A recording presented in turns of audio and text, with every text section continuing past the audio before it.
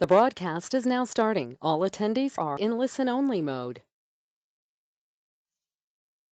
Well, good day, everybody. Welcome to another AWRA webinar. This is Michael Campana, tuning in from somewhat cloudy Corvallis, but at least there's not a lot of smoke in the air. And we've got something really good today.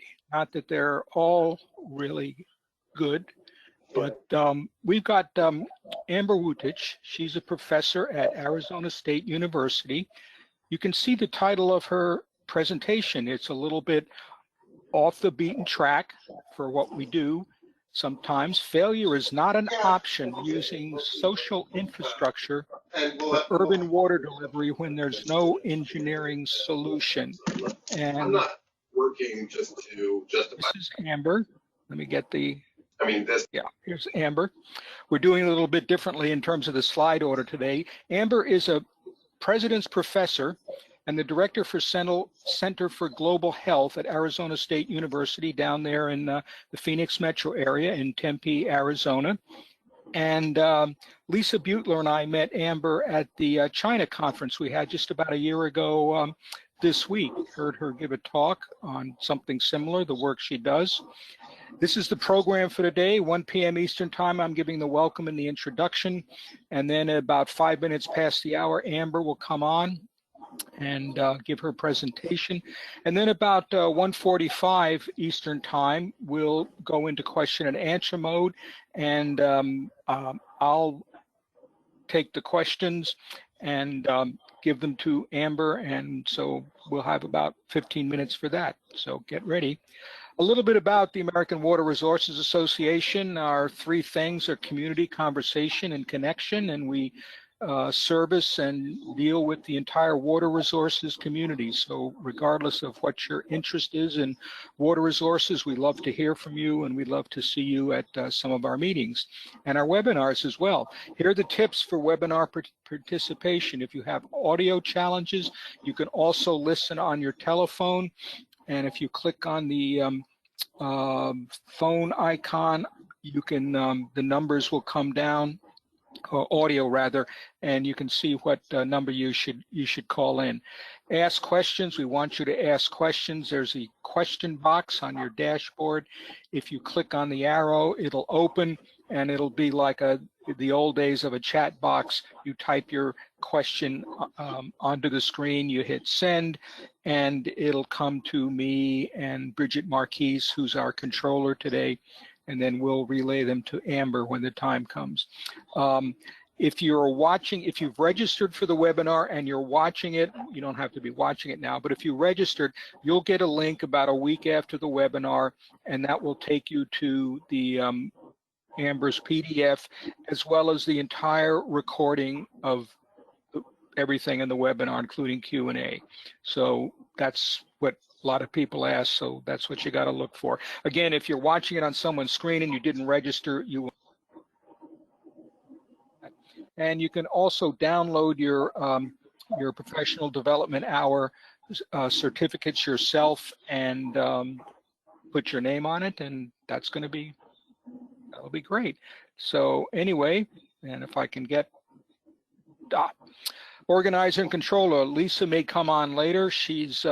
But she's the guru here, and she's the immediate past president of AWRA. She's the executive facilitator for Stantec. And we also want to thank our Stantec sponsors, because they do sponsor this and provide our template.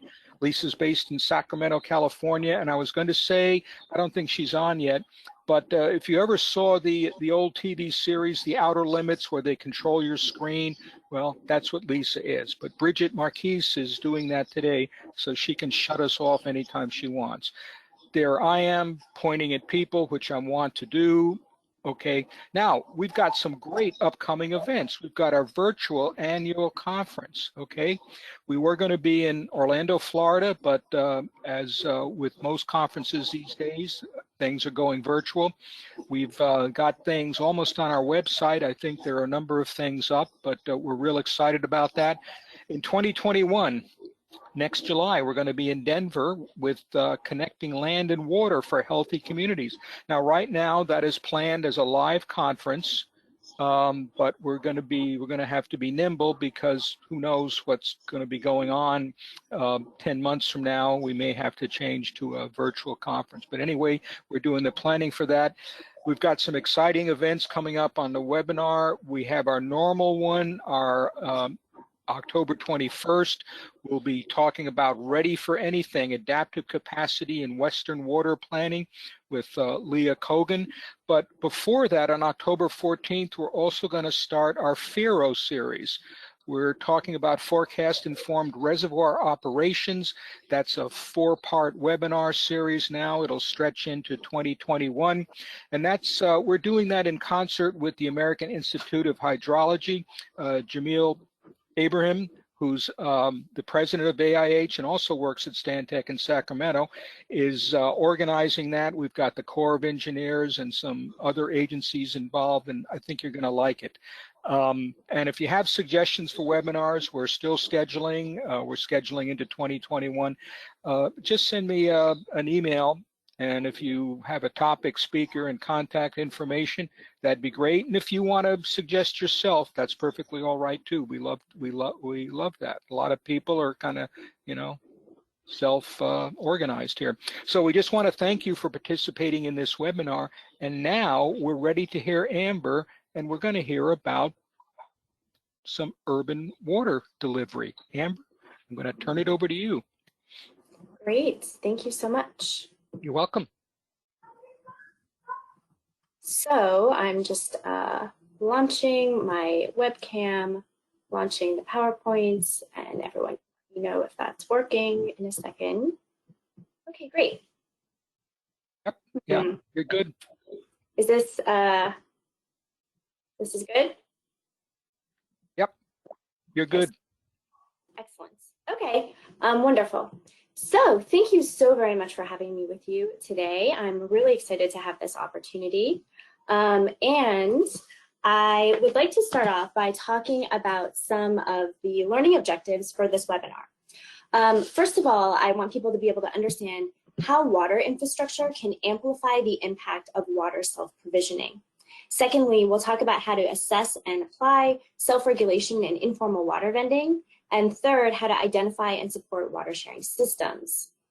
I also want to address some of the critiques of the solutions that we're putting forward. But some key advantages are that we know these approaches for using social infrastructure in water provisioning are working because people are already doing it on the ground. These are not speculative solutions. Secondly, a major advantage is that they are socially and culturally appropriate. This isn't about social engineering, it's about recognizing what people are already doing and amplifying it. And then the third advantage is that many of these are free or nearly free of cost. That problem cuts both ways when we're talking about underserved communities, but for now let's focus on the advantage that it doesn't cost a municipality much to support these social infrastructure solutions. So as we move forward, hopefully moving forward, just learning this software. 1 second, everybody. There we go. As we move forward, I wanted to highlight the wonderful role we'll have of 3 cutting-edge scholars who will speak to us on different dimensions of the social infrastructural solutions we're talking about here. And they're Dr. Lucero Radonek, Dr. Melissa Beresford, and Ms. Anais Roque.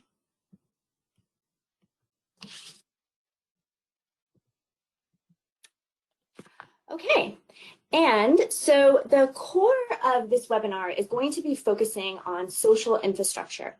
And we'll return to this again and again, but just as a brief overview, I want to define social infrastructure here as cultural norms, informal institutions, and social networks. And so for each of these, we are going to discuss a water self-provisioning technique. These 3 techniques are rainwater harvesting, informal water vending, and water sharing. Now, these are just mechanisms to help us understand how largely invisible social infrastructure works and how it can be amplified. So as we go forward, let's just pause for a second on the question of why would we even need to rely on social infrastructure? And what is the meaning and the context of this assertion that failure is not an option? And so for most of my career and probably most of the careers of people on this webinar, we had the shared understanding that the United States and other high-income economies were very near 100% coverage of water provision. And it's only in the last 2 years or so that there has been a growing and nearly universal recognition that this hasn't been the case and it's not the case. So I want to walk you through 5 pieces of an emerging argument that clarifies ways in which we are not in 100% coverage, and there are real areas who are being failed in terms of service provision, and these are places where we can look to use the interventions I'm presenting today. And I should say that I am drawing heavily on the work of Dr. Meehan at King's College London. That work is being cited on this slide, but also there's a forthcoming article about the myths of water security in WISE-RCN next month. It will be a wonderful paper. So the first element is that gray infrastructure is already known to be inadequate for renters in mobile homes and in informal and substandard housing. This wonderful geographic paper that I am showing on the right-hand side illustrates how for people at low incomes, living in mobile homes, and who are renting in various regions of the United States, there are hot spots of what the scholars call plumbing poverty, which includes incomplete water connections. This is also true for communities who have experienced historical exclusion, including redlining. And so those are Black communities, Hispanic communities, and American Indian and Alaskan Native communities in the United States. And those, again, are areas of hotspots of plumbing poverty. We also know that in some communities, water is contaminated due to infrastructure failures or inadequate regulation. And of course, everyone is aware of the disaster in Flint, but research such as that I'm showing on this slide also indicates to us that urban areas are not among those who are suffering the most. It seems to be people in small community water systems in rural housing. So this is another dimension of US water insecurity. We know that people are losing water service due to shutoffs and evictions, and the map on the left-hand side shows patterning in water shutoffs in 2016.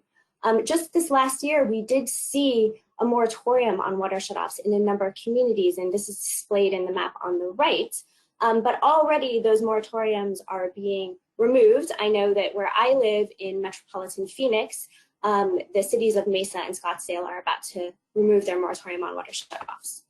So this is a way in which people who actually have access to high quality water infrastructure still are experiencing severe water insecurity. These last 2 slides are less well documented in the literature, but still very clear patterning that will emerge in documentation in the next 2 years. The first is internal displacement due to natural disasters. So anybody who's lived through the summer of 2020 in the United States will know that we got hit with a triple whammy of hurricanes, forest fires, and a global pandemic. And that has caused significant displacement within the country. And you can see that more generally, even as early as 2016, the United States was identified as a country that has relatively high internal displacement due to natural disasters. The study on the right highlights that people who are displaced are experiencing a kind of homelessness, and homelessness is associated with high water insecurity because people are unable to connect to a stable tap. And then finally, this is probably the least documented of the trends that I want to highlight for you, but we know that people living in prisons, in immigrant detention, and other kinds of institutional facilities like refugee camps are experiencing various forms of water insecurity. Now, most of what we know in the United States comes from investigative journalism, and so we're unable to provide comprehensive statistics. However, a study of 250 refugee camps globally found that over 40% did not even reach the UN threshold of 20 liters per water per day.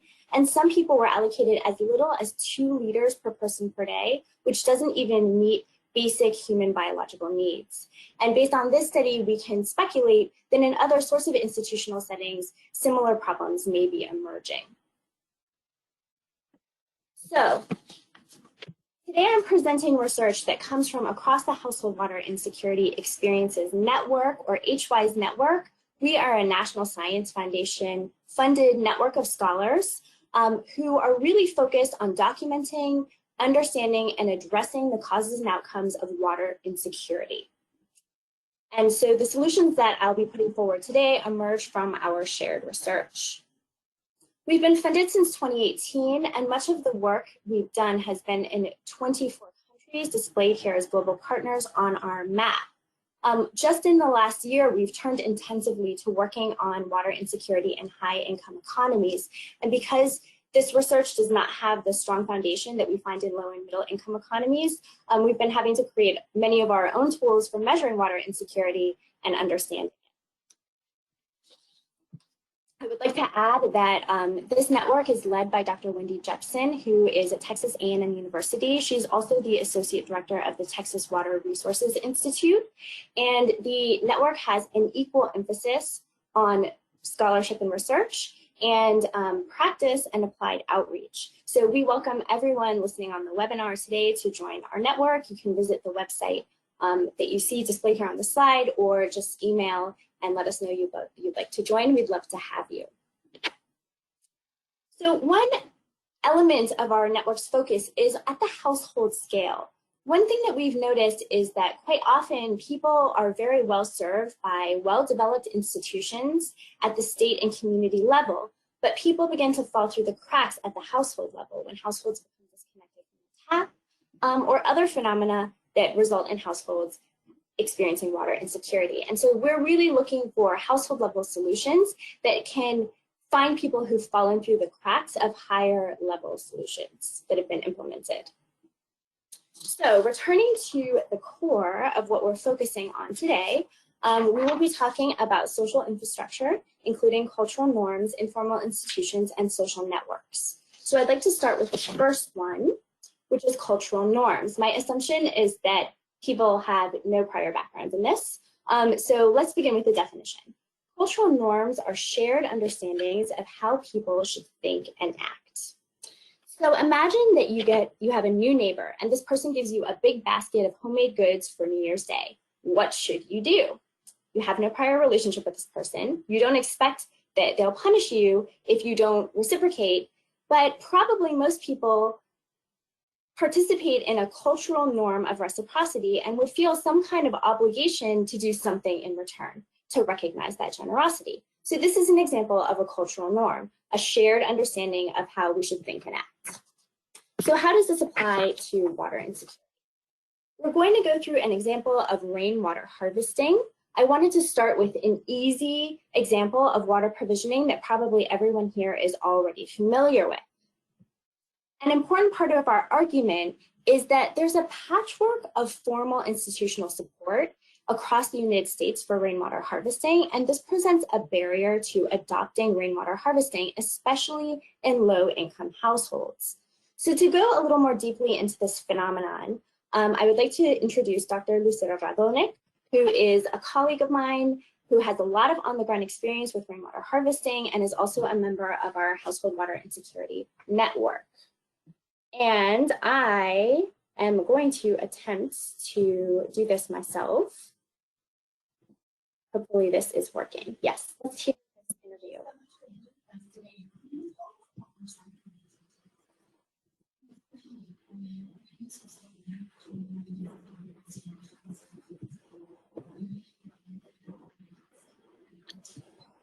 Michael and Bridget, I just want to double check. Are you able to hear that? Not very well. Do you want me Okay. to? Do you want me to? Yeah. Do we want to switch the hosting?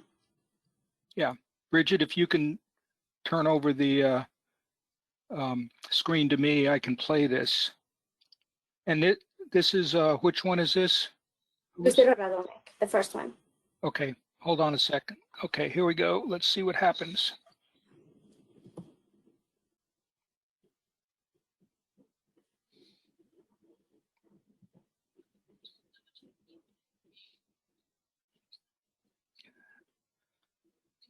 Yeah, that sounds good. And Bridget, you're able to hear it? Yeah. I can't hear it at all.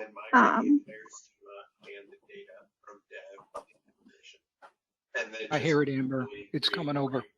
roles and permissions Okay.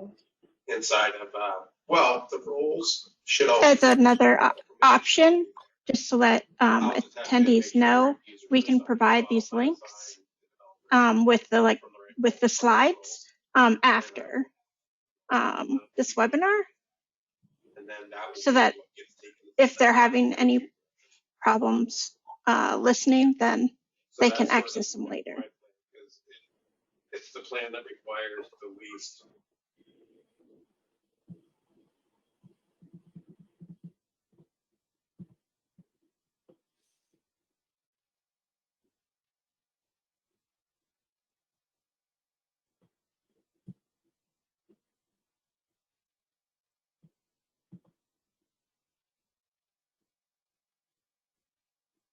It's Lisa. The way that this would work is if you had, say, Michael, you were on your phone and you were letting the audio feed into your phone, but right now it's not feeding through the software. So we probably should go ahead and move on. Let's do that then. Okay. Yeah, so let's go ahead and move on. They're not able, the audience is not able to hear it. Okay. Well, then we will continue on. I think, are you moving the hosting back to me? Yes. Okay, great. So we will share those links after, and if it's at all possible, we did have 2 more interviews to share. So if it's possible to figure out the audio simultaneously, I'll check back in at the next segments. Oh, Amber? Yes. Well, we can provide these links with your the PDF that we send out to people and post That'll them. be great. So you folks, you'll be able to hear these. Okay. Super. Well, had you heard the wonderful insights shared by Dr. Lucero Ralonich, you would have heard about some of the struggles people face in getting rainwater harvesting off the ground. And one of the major challenges is that not for high-income users who tend to be the bulk of people who have rainwater systems, but rather for low-income users who are looking to use rainwater harvesting to supplement insufficient household water allocations, we find that there are 2 things that people really need. One is access to credit. So people need credit to be able to buy the equipment to install the rainwater harvesting system. And so I want to draw your attention to an example of one cultural norm that can help. There is something called a rotating credit association, and these exist in basically every culture around the world, but the most common incarnation of this in the United States is something that comes from, called a tanda. It comes from Mexico. In Mexico, 30% of people use tandas for savings. They work by a group of people getting together and each putting in a weekly or a monthly amount. In the example you see on the slide, it's $125. And then people rotate in getting a payout. In the example you see here on the slide, the payout would be $500. And so this is a mechanism that people who are unbanked or underbanked, which describes about 30% of the population globally, including in the United States, use in lieu of formal credit associations. And so this is one way that people in low-income communities who do not have access to banks and other formal credit options are able to raise money to buy the infrastructure needed for rainwater harvesting. This is not a mechanism that is only used in Mexican-American communities. Just last year, there was an article in the New York Times suggesting that Americans would be much better savers if we all used rotating credit associations. And so this is why it's a great cultural norm that could be amplified. Another problem that people who are in low-income situations face is that they lack access to labor to install the rainwater systems. So a common situation is that either people would hire someone to install the system, or perhaps through a relationship with an NGO, there might be voluntary labor. However, for low-income households that are disconnected from formal institutions, this can be a major challenge. In the United States, we also have a historical tradition of something called barn raising, which is people reciprocally getting together in a community and working to build basic infrastructure that people need at the household level. Of course, 100 years ago, it was a barn, but these days it might be a rainwater harvesting system. And so this is another way in which cultural norms can help us galvanize communal labor to meet the needs of those who otherwise wouldn't be able to install greatly needed water infrastructure. So to recap, those were two solutions that allow us to amplify a self-provisioning solution, rainwater harvesting, using cultural norms. Now we will move on to informal institutions. Informal institutions are defined as rules that are enforced through social pressure. So to illustrate this, let's think about, imagine you're in a movie theater and someone starts talking really loudly on their cell phone. What do you think would happen next? The movie theater I used to attend, I would expect that person to get dirty looks. Other people in the theater would begin shushing them. And if they didn't stop, someone would probably loudly say, please stop. This is a perfect example of informal institutions. They're cultural norms with an enforcement mechanism. And we understand that enforcement mechanism to typically be social pressure. So let's take a look at how informal institutions can be used to amplify a water self-provisioning solution. In this case, we'll be talking about water vending. Now, water vending is something that can happen in three ways. There may be distributing vendors. So typically in the United States, we see people with tanker trucks or tractors pulling water that they sell door to door. There are also packaged water vendors. And so this could be including sachet or bottled water. And then finally, private piped water systems. We also know from a large amount of research that water vending is a very common water provision solution in middle and low income countries. But in the US and other high income economies, we really just don't know how common they are yet. I have prepared for you a wonderful interview with Dr. Melissa Beresford, who is an expert on informal water vending and how that solution can be amplified using informal institutions. And I think we'll provide the link to it later. But what I will say is that there are two particular mechanisms that Dr. Beresford highlights that can be used to amplify the impact of water vending. So some of the major problems that Dr. Beresford highlights in her interview are that water vending can be, one, very expensive relative to the cost of tap water, and two, highly unpredictable for people who don't know when water will be delivered and how much it costs. Based on Dr. Beresford's research and other research, and the slide that I'm showing here is from the 2019 World Bank Toolkit on Improving Informal Water Markets, which did draw heavily on Dr. Beresford's findings. One suggestion for addressing the cost and unpredictability is to encourage water vendors to form unions or professional associations. Dr. Beresford's research, drawing primarily on Bolivia, finds that when water vendors are in associations, they do tend to work collaboratively to find solutions to improve the efficacy of, for example, the ways in which they deliver water, the communities that they service, and even in her research, the price at which water vending is set to ensure that it was largely affordable for customers. So encouraging the formation of water vendor unions and associations is one example of using informal institutions to amplify the impact of water vending in low-income households. A second example is of an informal institution is the use of homeowners associations, community liaisons, and community oversight. Now, Dr. Beresford's research was set in Latin America, and in Latin America, it's very common to find what are called juntas vecinales de agua. And so these are neighborhood associations that are charged with overseeing water delivery in the community. In the United States, you would not find in most communities a junta vecinal de agua, but you would find a homeowners association. And those homeowners associations typically have the power to set rules for the community and also to negotiate with vendors that work in the community. And so this is another example of ways in which water managers could galvanize informal institutions to improve the impact of informal water solutions in low-income communities. Now I'd like to turn to the third mechanism. This mechanism is social networks. So again, I'd like you to imagine for a moment that a natural disaster strikes your community. To whom would you turn first for help? And who after that? Your answer is determined by the social network in which you are located.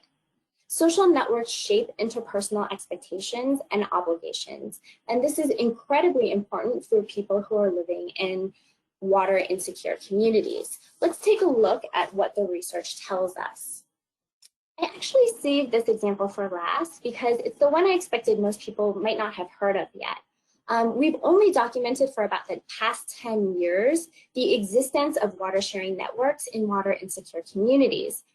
This is a new area, but a very flourishing area of research. So for example, in my own research, I found that 66% of households in a water insecure community were using water sharing as a water acquisition mechanism on a monthly basis. Another study in Mozambique found that 20% of households were buying water from neighbors. And in the United States, Dr. Laura Eichelberger's research finds that these mechanisms are very common as well in Alaskan rural communities. The most recent research is a paper that's just coming out in 2020, led by Asher Rossinger, who's a member of the HWISE network at Penn State University. And it is a cross-cultural study of water sharing. And if I can just draw your attention, there are some communities that are highly water insecure, such as the communities in Ghana, in Tajikistan, and Nepal that we studied that really do not rely heavily on water sharing. But what we find is very common is in water insecure communities, such as in the Democratic Republic of Congo, in Colombia, and in India, we do see water sharing as being a very common mechanism for water acquisition. So from this, we were meant to turn to an interview with Ms. Anaïs Roque. She is the first researcher to investigate water sharing in the United States. She actually worked as a shelter administrator in the direct aftermath of Hurricane Maria. And in her interview, she shares with us the lessons learned that she gathered from trying to facilitate water sharing between households and across communities in the wake of Hurricane Maria in Puerto Rico. We'll share that link with you later. But from this research and from Ms. Roque's interview, I would highlight to you two important solutions and ways that social networks could amplify the impact of water sharing. The first is you should know that sharing, what we find in cross-cultural research is that water sharing appears to be an extremely stressful solution. One of the reasons that it's so stressful is because people, first of all, don't know if they're going to be denied. Secondly, they don't know if they're going to be judged or stigmatized. And thirdly, the outcome of the request for water tends to be highly unpredictable. And when there's an unpredictable outcome for a life and death need like water, that's stressful.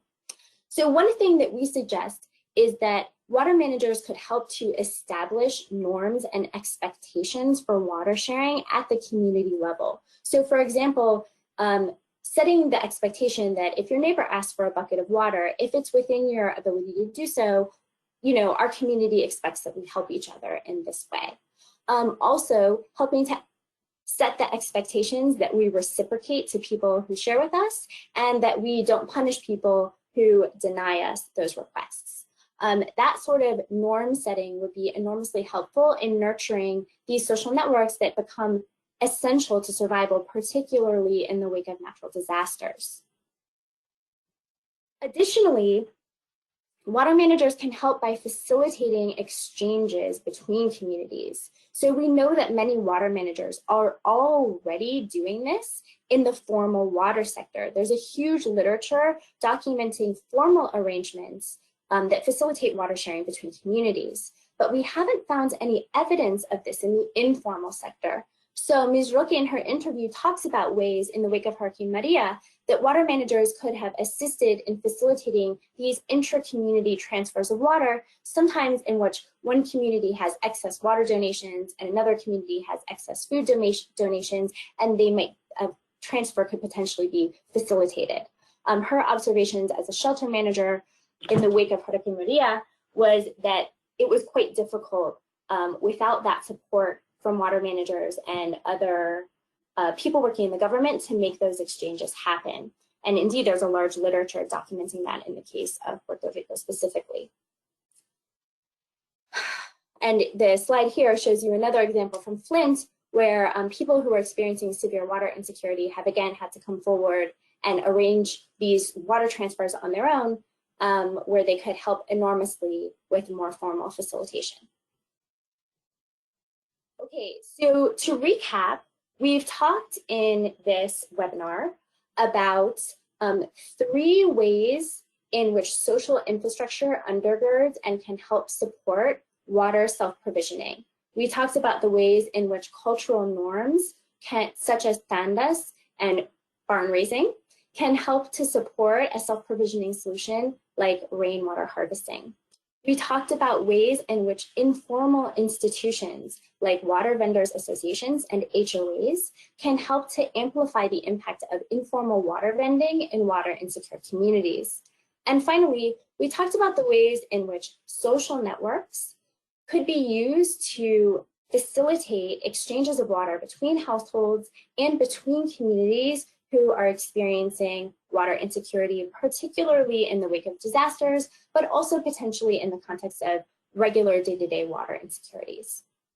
I'd like to highlight a couple of cautions about implementing these solutions for everyone.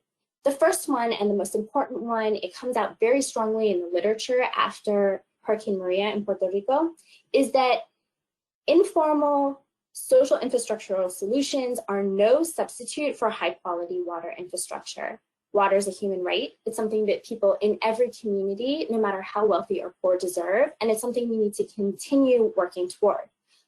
It's an incredibly valuable service that water managers provide to our society, and so highlighting these informal solutions in no way is meant to displace or undermine the importance of those primary great infrastructure solutions.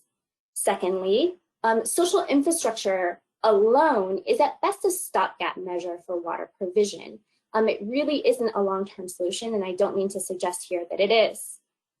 Thirdly, we should be aware of the injustices inherent in asking the poorest sectors of our society to self-provision an essential resource like water when wealthier sectors of the society are provided it without any difficulty. So I put forward these 3 approaches, cultural norms, informal institutions, and social networks, as a way to use social infrastructure to amplify self-provisioning that communities are already doing, but I don't in any way mean to suggest that communities should be forced to depend primarily on these social infrastructure mechanisms. That being said, there are 3 advantages to using social infrastructural mechanisms to reinforce water self-provisioning tools. One of them is that the cost of social infrastructure is free or nearly free. So it merely requires some reorganization on the part of water managers and not major new investments. Secondly, social infrastructure builds on what's already happening in underserved and water insecure communities. In that respect, it's not a top-down solution, it's not social engineering, and it's really not trying to get people to do anything they're not already doing. We're just talking about amplifying it. And third, these are socially and culturally appropriate solutions. Quite often when we look in the literature around failed solutions for low-income and water insecure communities, we find that the solutions that are pursued often the ideas come from people who may not be from these communities and quite often don't understand the needs and the context of the communities very well. So these solutions that rely on existing social infrastructure, we know are already socially and culturally appropriate, and that's a major advantage as well. So I look forward to the Q&A with everyone. I'd like to acknowledge the many funders who have helped us get this research off of the ground. 2 or 3 years ago when we began, it was a very groundbreaking area of research with many important scholars lifting us up, but much new work to be done. And so this funding has been incredibly helpful. And we are ending a little early because we were not able to connect to the 3 interviews. So if you have questions about those in the Q&A, I can handle them as well. Thank you so much. Amber, thank you very much. This was extremely informative. By the way, I sent around links for the 3 interviews. So, but we will include them with the package that will be posted. So don't worry about having to copy all the URLs and everything like that. Yeah, we do have some questions, and so everybody was paying attention. I wanted to ask one thing, and this was mentioned by one of the questioners, although it was a little confusing. But I think what the person was asking is, how does one, if one wanted to study this like you do, what kind of background? I mean, is there, obviously you don't offer a formal degree in HWISE, although maybe you do, but how would you go about if you wanted to pursue this as a livelihood? I wondered if it was a strategic error not to mention my discipline before starting this, and now I see that it was. So I'm an anthropologist. However, we have people in our group that come from almost every imaginable background. We have a number of geographers, we have economists, we have policy analysts and political scientists. We also almost all collaborate with engineers, hydrologists, ecologists, and other biophysical scientists.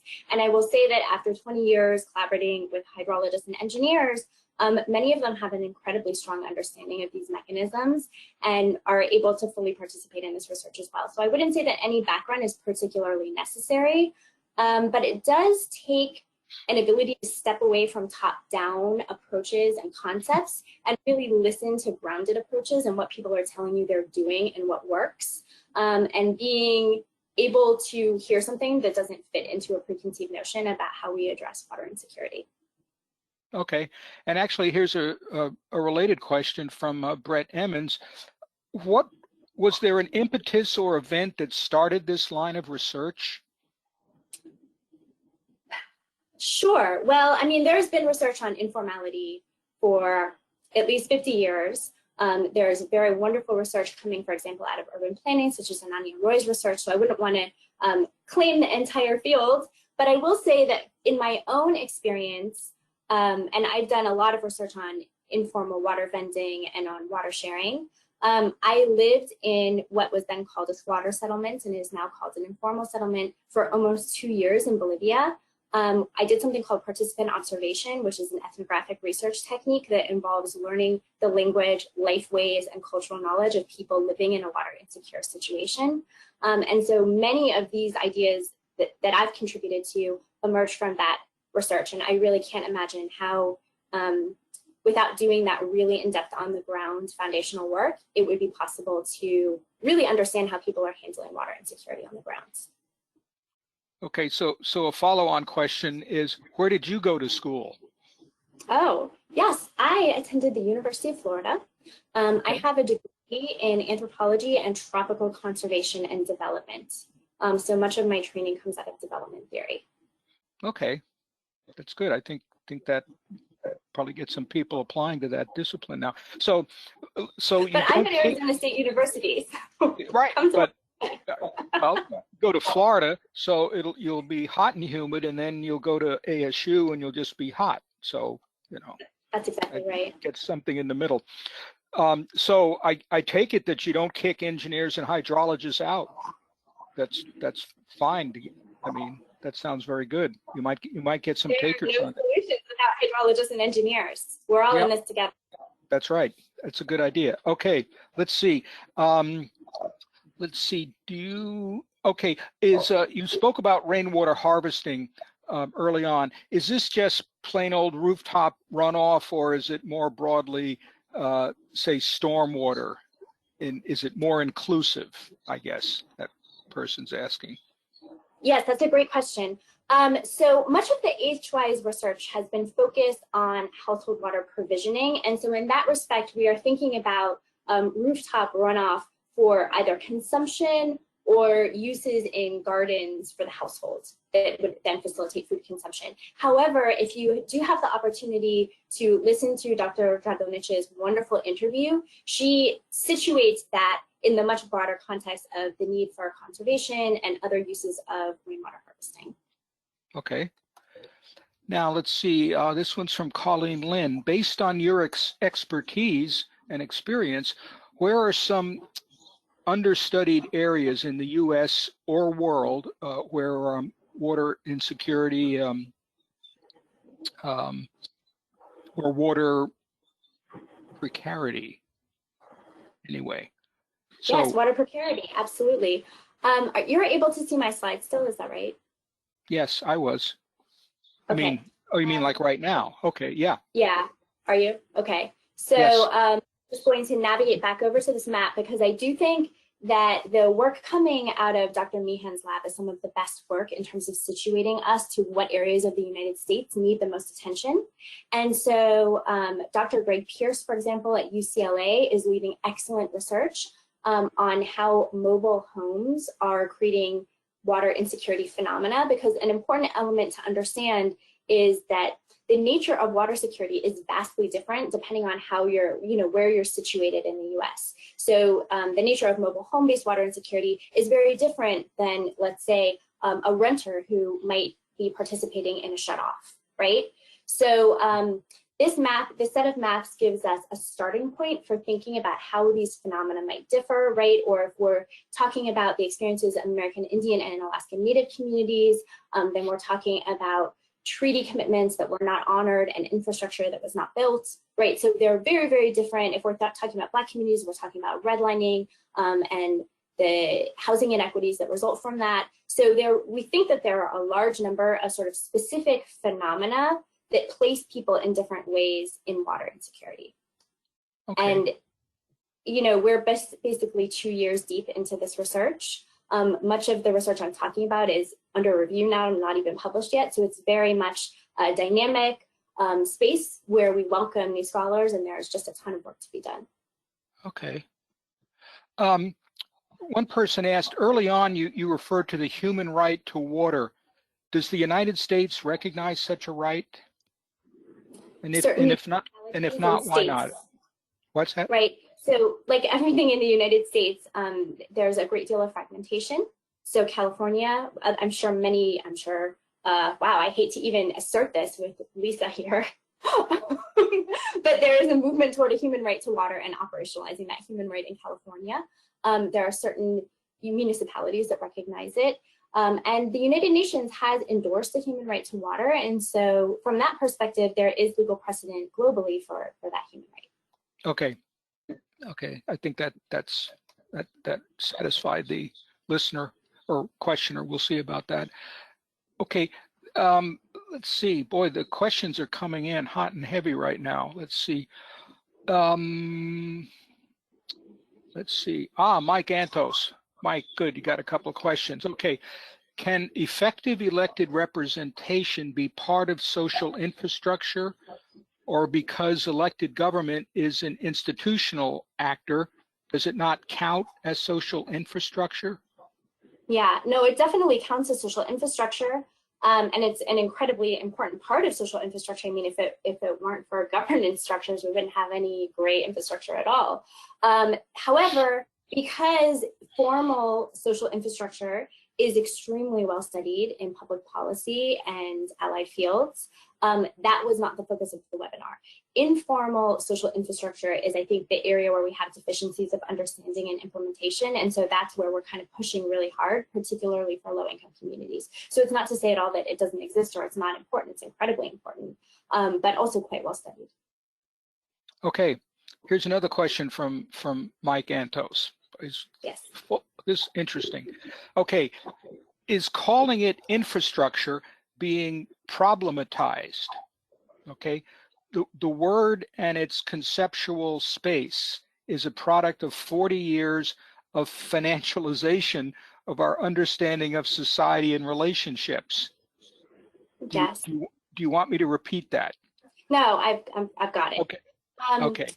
Yes. I certainly agree with you that almost any terminology that we could use to describe these phenomena has some problematic underpinnings. I have training in linguistic anthropology and could probably go on at length about that. So I would just say, you know, any of the sort of conceptual terminologies that have been selected to describe these phenomena, whether it's social infrastructure or water security, has conceptual underpinnings, some of which are problematic and all of which deserve to be unearthed. I will say that in this particular setting, I didn't necessarily think that that would be the priority set of thoughts to share, but within the context of HWISE, that is definitely work that we're doing. And amongst ourselves, we debated a great deal about what to call these phenomena, right? I mean, there are ways to name them. However, we do find in working with engineers and hydrologists that it facilitates an understanding that, you know, great infrastructure and social infrastructure are inextricably interlocked. And we really, there's no way to find a way forward that doesn't address the ways that they're interlocked. Boy, that was a great answer. Geez. Okay, what advice could you offer for researchers interested in collecting data on the cost of access to water and some of the solutions you've mentioned in this seminar? What should we keep in mind as we identify data gaps and aim at filling them? Yes.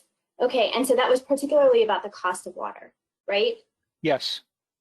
Okay, so I want to briefly mention that some of the— I should say the cost of access to water. Yeah, that's the cost right. of access to water. Perfect, even better. Okay. So what I'll say is that there's a long history of studying the cost of water. And what we know from people at the cutting edge of this literature is that past techniques are really profoundly inadequate because they are not taking into account the full cost of accessing water. So 3 of the scholars who are associated with our network, Manny Teodoro, Sarah Smiley, and Amber Pearson, are working at the cutting edge of this literature, including in trying to come up with usable techniques for actually understanding the full cost of water. And we say usable techniques because when we're talking about informal water acquisition, there's no way to stick a meter on somebody going next door and asking for a bucket of water, right? It requires very creative ways of collecting and analyzing data.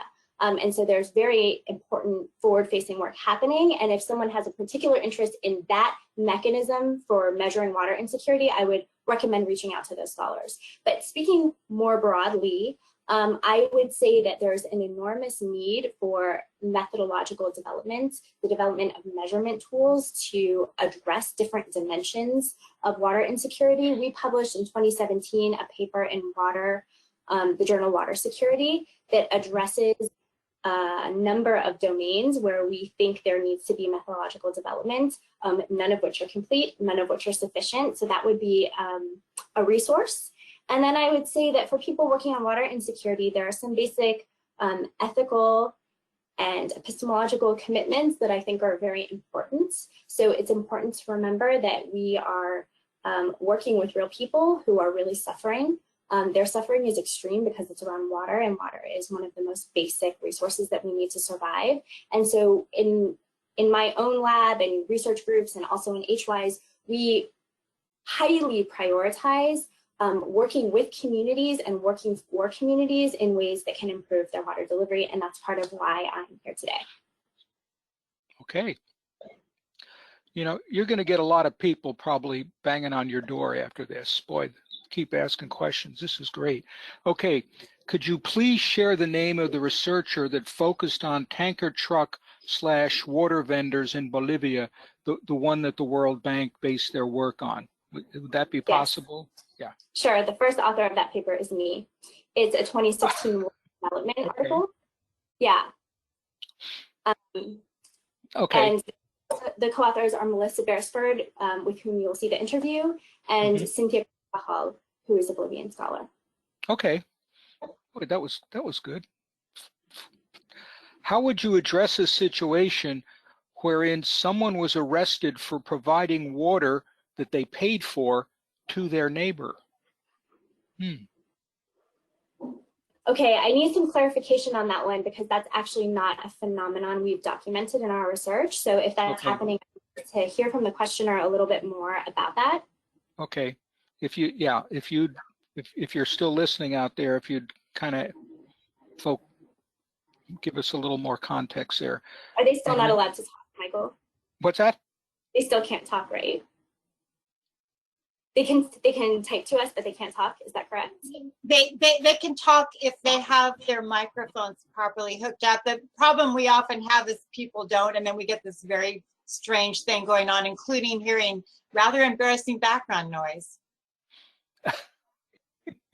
Got it. All right. That's okay. Well, I can speak a little bit about this, which is that we know, for example, along the U.S.-Mexico border, there are a number of non-governmental organizations that are providing water to people who are immigrating across the border, and that there have been arrests associated with that. So I do think that falls somewhat in the domain of the questioner's inquiry. However, in that case, they're not directly giving water to people, but rather they're leaving water stations out in the desert. And so we have seen arrests, but I believe not convictions associated with that. And so obviously those cases pivot on the question of, you know, is humanitarian aid illegal in the United States? I believe still a legally unresolved issue. Okay, I got a clarification from the questioner. She had read the situation online, so it may not be true. So I guess. Okay. Well, I would definitely say look into the organization No More Deaths, which is a humanitarian organization that works on the border, because many of the legal cases have been around no more deaths, if that's something you want to look into. Okay, okay, very good. Okay, Steve Burgess would like to know, where does water for firefighting fit into water insecurity? Boy, that's a good one. Jeez. That is the good one. Yeah. That's Steve. A little out of left field for me. I haven't gotten that one. I love when I get new questions. Okay. Yeah. Well, so I will say that historically and in lower income economies where there is no formal firefighting, so firefighting is done on a community basis, the acquisition and provisioning and redistribution of water is fundamental to firefighting. And so in those cases, we assume that, you know, ostromological type collective action is responsible for the mechanisms in water provisioning for firefighting. However, we're also seeing new configurations of firefighting, for example, in the United States, because of the desperate situation with the wildfires. And I would have to look further into that literature to know exactly if we found anything new about water provisioning. Okay. Next question. The map you showed much of Missouri as a hot spot. Does that seem accurate? I never conducted research in Missouri, and I don't have any insight. Probably others here on the call have much greater insight than I do into Missouri specifically. Okay. Yeah, it's interesting. Okay, let's see. Okay, here's one. Do you see the forces of industrialized gray infrastructure and social infrastructure merging in any capacity? Is this plausible, and if so, in what ways? And I'll repeat that if you'd like. Yeah, no, I'm good. Okay. Right. So what I would say is that social infrastructure and gray infrastructure are completely intertwined, always. They're intertwined in how they're created, and how they're maintained, how they're used, right? And so going back to, I think, maybe one of the first or second questions that we heard today, when we see that well-developed gray infrastructure that has a lot of investment in maintenance, we're seeing the product of largely highly functional, formal social infrastructure and institutions underlying that great infrastructure, right? In this case, we are talking about how does informal social infrastructure act on great infrastructure, and certainly for those who work in unincorporated communities like informal settlements, as I have, you will have had the experience that people are incredibly effective in building great infrastructure through collective action, right? And so in the United States, we don't have that history because we've had such strong and functional formal institutions underlying our infrastructure. But we're seeing a number of phenomena that are producing a need for investment in informal social infrastructure, and hopefully in ways that will merge with and further enhance our great infrastructure, because we really need that. Okay, very good. The United States seems to have a history of strong individual and family independence. Will social infrastructure enabled water provisioning be more difficult in the US due to these common attitudes? Yeah, so speaking as an anthropologist, I would argue that we have the stories we tell ourselves about who we are may not strongly emphasize these communal institutions, such as cultural norms, informal institutions, and social networks in resource provisioning. But if you look back into American history, they're everywhere and they're incredibly strong. And so that's why I tried to point to the example of barn raising as a 100-year-old tradition in the United States that was once very common.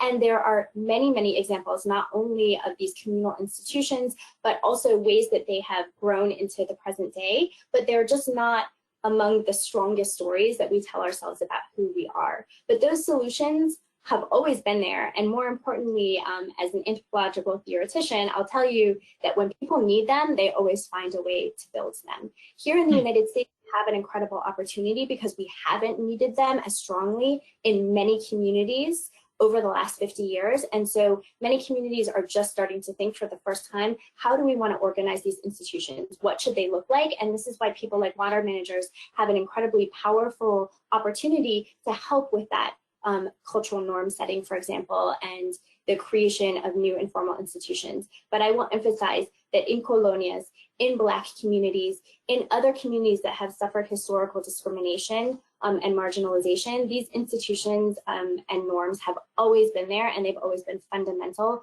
to resource provisioning. So Michael, I'm going to just make a note that we've hit our 11 o'clock hour. I know our speaker has offered to stay on a little bit longer, which is wonderful. We do want to let the folks know that we're thinking they were going to end at 11 gracefully leave without us feeling offended by that. So with that, I'm going to turn it back, and thank you, Amber, for agreeing to take a few more. I will say we just keep getting more and more questions. Michael and I are seeing them pop up on the screen. Yeah, I know. It's this is a tribute to you, Amber, because you really kind of struck a chord here, or several chords. So let's see. Ironically, it's almost good that you didn't have time for the videos, because we are literally, there's a stack of questions where we haven't got to yet. So anyway, thank you to all of you that need to pop off. We're going to stay on another 10 minutes or so if you'd like to stay with us and hear the rest of the questions. Yeah, and don't forget, we will provide the links to those 3 interviews in the material that we send you. So anyway. Okay, let's see now. Let's see. I got now. Oh, Lisa, you threw me off now. What could you be? I'm curious. Let's see. I'm curious about the. I don't think I asked this one. I'm curious about the difficulties of water provisioning in rural areas. Are there differences in how social infrastructure water provisioning happens in rural versus urban or suburban areas?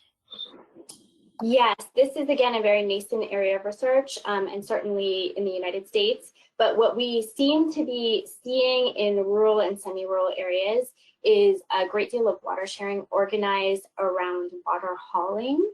So there was a picture that I believe I showed of water hauling in Alaska, right? And so here as well, we've seen this in Apache Junction, Arizona, communities setting up relationships, social networks that facilitate water sharing through water hauling, right? Which is, it requires infrastructure, it requires gas to go get the water and to transport it in ways that it is not necessarily needed in an urban setting where the physical distance between houses is not as great. Okay, let's see here. Oh my gosh, coming down. Oh, here's a thank you. Okay, and here's another thank you. It's not a question. It's, let's see. And Thank you for being here. Yeah, and I don't see any new ones.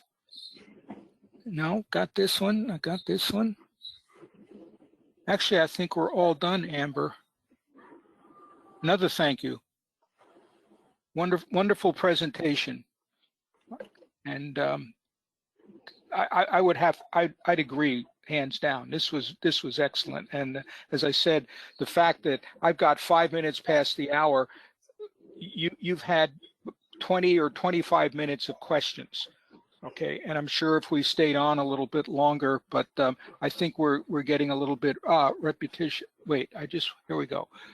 Here we go. Here's a long one. Let me get this out. What I do is I transfer this to a Word document so I can read it better. This is okay. I just want to mention that nowadays it is running at big disagreements into Mexico, since due to binational water agreements with the USA obligated to give water from the state of Chihuahua to give in water from the state of Chihuahua dams. I think what he's trying to say, that Mexico is obligated to give the U.S. water from the state of Chihuahua dams. This is an example of social concern, cultural norms, and social infrastructure, and should take into consideration where different societies share borders with water shortages. I'm not sure, that's more like a statement than a question, but I don't know if I misinterpreted some of the questions here. But I think he's referring to the water that Mexico has to provide as part of the treaty on the Rio Grande, or Rio Bravo, as the Mexicans call it. So I don't know if there's anything you can say about that, but because it's not really. Well, thank you so much for that contribution. I would just add, yes, that these phenomena are highly nested, and so we can see cultural and institutional and network phenomena at every level, from the individual to the household to the community, to the nation, and to binational and multinational agreements. That's absolutely true.